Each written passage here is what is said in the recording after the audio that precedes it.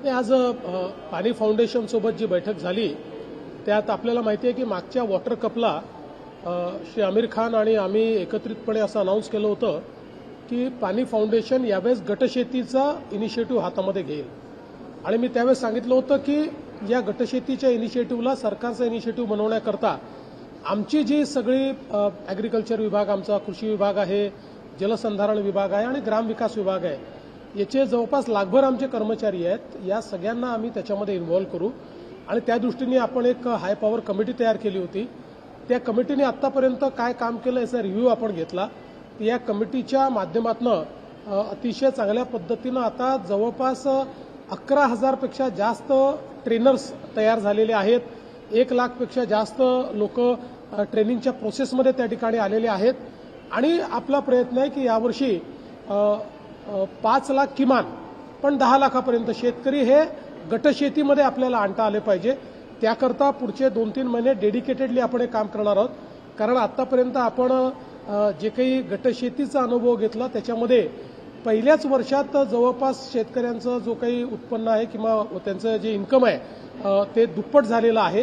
त्यामुळे आपल्या कॉन्व्हर्जन्सच्या माध्यमातून गटशेतीला प्रोत्साहन देण्याकरता ही एक इनिशिएटिव्ह आपण हातामध्ये घेतला आहे. आज त्याचा रिव्ह्यू घेतला आहे.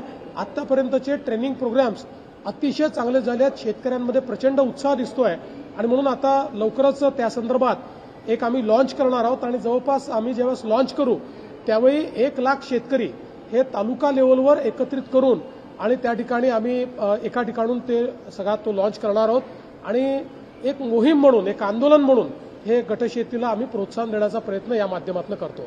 सर, धर्म स्वातंत्र्य विधेयकात सादर करणार आहे. विरोधकांकडून टीका करून कुठेतरी हे संसदेबाबत मागणी केलेली आहे. विरोधकांनी धर्म स्वातंत्र्य विधेयक जर वाचलं तर त्यांच्या लक्षात येईल की या विधेयकामध्ये कुठेही कुठल्याही धर्मावर अन्याय नाही.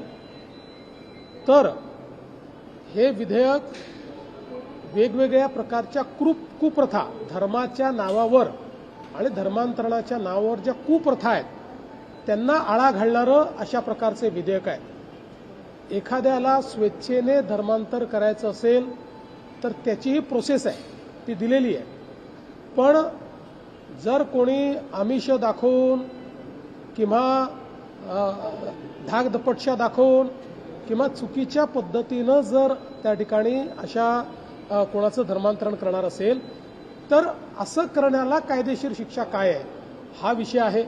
अनेक केसेस आपल्या अशा लक्षात आलेल्या आहेत की मुलींना फूस लावून पळवून न्यायचं, लग्न करायचं, नंतर सोडून द्यायचं. मग अशा परिस्थितीमध्ये त्या मुलीच्या बाळाचं काय करायचं असे प्रश्न निर्माण होतात. त्यांच्या जीवनामध्ये अनेक वेगवेगळे प्रश्न निर्माण होतात. अशा अनेक प्रश्नांची उत्तरं ही कायद्याच्या माध्यमातून या ठिकाणी काढलेली आहेत. विरोधक हे केवळ मतांच्या लांगून चालनाकरता त्याचा विरोध करतायत. पण मी गॅरंटीने सांगतो की त्यांनी जर हे विधेयक पूर्ण वाचलं तर कधीच त्याला विरोध करणार नाही. आणि महाराष्ट्र हे पहिलं राज्य नाही आहे. आपल्या आधी 10-12 राज्यांनी आणि त्यातली काही राज्य अशी आहेत, तमिळनाडूसारखं राज्य की जिथे कधीही भाजपचं राज्य नव्हतं, अशा अनेक राज्यांनी हे विधेयक यापूर्वीही केलेलं आहे. त्यामुळे मला असं वाटतं याच्यावरचं राजकारण हे योग्य नाही. सध्या गॅसच्या मुद्द्यावरून विरोधक सत्ताधाऱ्यांना चांगलंच टार्गेट करतायत. सुप्रिया सुळे म्हणतात की केंद्र जे म्हणते आणि राज्य जे म्हणते त्याच्यामध्ये तफावत आहे. कुठेही कमर्शियल गॅसचा पुरवठा होत नाहीये. सुप्रिया सुळेंच्या बोलण्यामध्ये आणि आम्ही जे बोललो ते त्यांच्या ऐकण्यामध्ये मला असं वाटतं कुठेतरी गॅप मला दिसते आहे. केंद्र सरकारने वारंवार घरगुती गॅसच्या संदर्भात कुठलाही तुटवडा नाही. घरगुती गॅस आम्ही सर्वांना उपलब्ध करून देतो आहोत. त्याकरता प्रतिदिवशी जेवढे सिलेंडर आपल्याला लागतात ते आमच्याकडे उपलब्ध आहेत हे सांगितलेलं आहे. त्यासोबत कमर्शियल गॅसच्या संदर्भात त्याला आपण सेकंड प्रायोरिटी दिलेली आहे, त्याला फर्स्ट प्रायोरिटी दिलेली नाही आहे. त्या संदर्भातली आपली पोझिशन काय आहे हे केंद्र सरकारने क्लिअर केलं आहे. जाणीवपूर्वक लोकांच्या मनात संभ्रम तयार करायचा, लोकांना रांगेत उभं करायला लावायचं.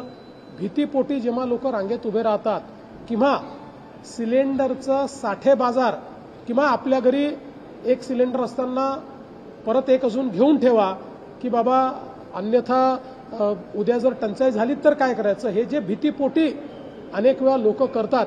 या गोष्टी होऊ नये म्हणूनच केंद्र सरकारने स्पष्टपणे सांगितलं आहे की एक सिलेंडर मिळाल्यानंतर 23 दिवसाच्या अंतरानेच दुसरं सिलेंडर तुम्हाला त्या ठिकाणी प्राप्त होऊ शकेल, हे क्लिअर कट सांगितलेलं आहे. कल चुनाव आयोग ने जिस तरीके से डेट का अनाउंसमेंट किया इन 5 राज्यों में, वहीं बंगाल में पूछा गया कि 20 ओपन हो गया डीजीपी का ट्रांसफर का ऑर्डर कैसे किया?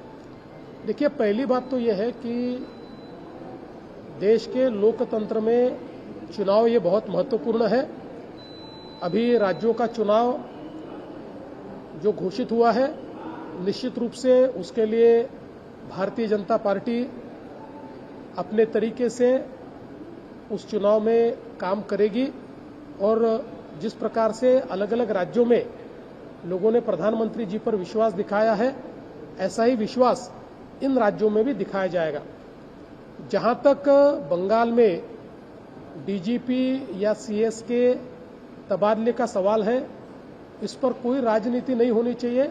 इसका कारण महाराष्ट्र में जब चुनाव हुए थे उस समय महाराष्ट्र में बीजेपी की सरकार होने के बावजूद इलेक्शन कमीशन ने उस समय ये ठीक समझा था और महाराष्ट्र को नया डीजीपी दिया था और महाराष्ट्र को नए चीफ सेक्रेटरी भी दिए थे. तो इसलिए ये केवल बंगाल में किसी और पार्टी की सरकार है इसके लिए हुआ, ये कहना सही नहीं है. इलेक्शन कमीशन किसी पार्टी के भरोसे नहीं चलता. Election commission free end fair चुनाव करने की दृष्टि से काम करता है. जो महाराष्ट्र में हुआ है वही बंगाल में हुआ है. महाराष्ट्र में होने के बाद हमने उसको स्वीकारा और हम चुनाव को सामने गए. मेरी अपेक्षा है ममता दीदी ने भी उसको स्वीकारना चाहिए. उस पर तमाशा तैयार करना, उस पर अलग अलग प्रकार से आंदोलन करना, ये सही बात नहीं है.